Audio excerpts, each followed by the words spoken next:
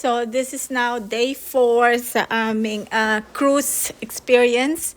At ayan ang Coast Guard na papunta doon sa aming pupuntahang resort. Wow, ayan na. Nakikita ko na yung lighthouse at yan ang aming resort na pupuntahan. I heard na itong resort na to is bought by MNC Cruise Lines. So guys, welcome to Ocean Cay Marine Reserve in Bahamas and let's explore the place. Guys, ang ganda-ganda talaga dito.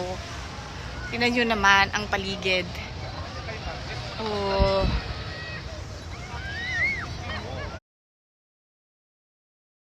So, sa background ko, yan yung aming MSC cruise ship. Nakita nyo naman, napakalaki niya. Ang daming tao. Describe ko lang. So, this is white sand. Tapos, ang tubig ay kulay blue, malinaw. Libre din yung mga umbrella shape na shade. At tingnan nyo, ang ganda, iba't iba ang kulay. Tapos, ayan na yung lighthouse na pwede ko ding puntahan mamaya. Gustong-gusto kong nagre-record ng mga tao, kaya tingnan nyo yung nagsa-sunbathing na fully clothed sila. Parang natutulog lang sila. Pero talagang makita nyo na nag-e-enjoy ang tao kasi yung tubig ay hindi ganon ka-lamig. Ewan ko kung tatawagin ko siyang island o resort, pero yung mga araw na yan ay gusto kong puntahan. May rumor na may mga particular area dito na man-made. So siguro ito nga man-made siya kasi puro mga bata yung halos nandito. So parang siguro shallow ang tubig dito.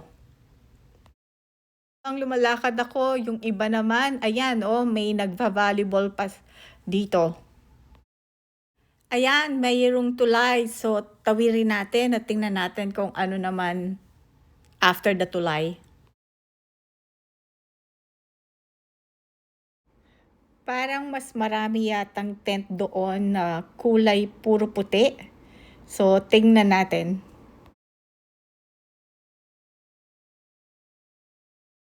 Wow! So, ito pala yung after the tulay. Yung mga shade dito, kulay silang white.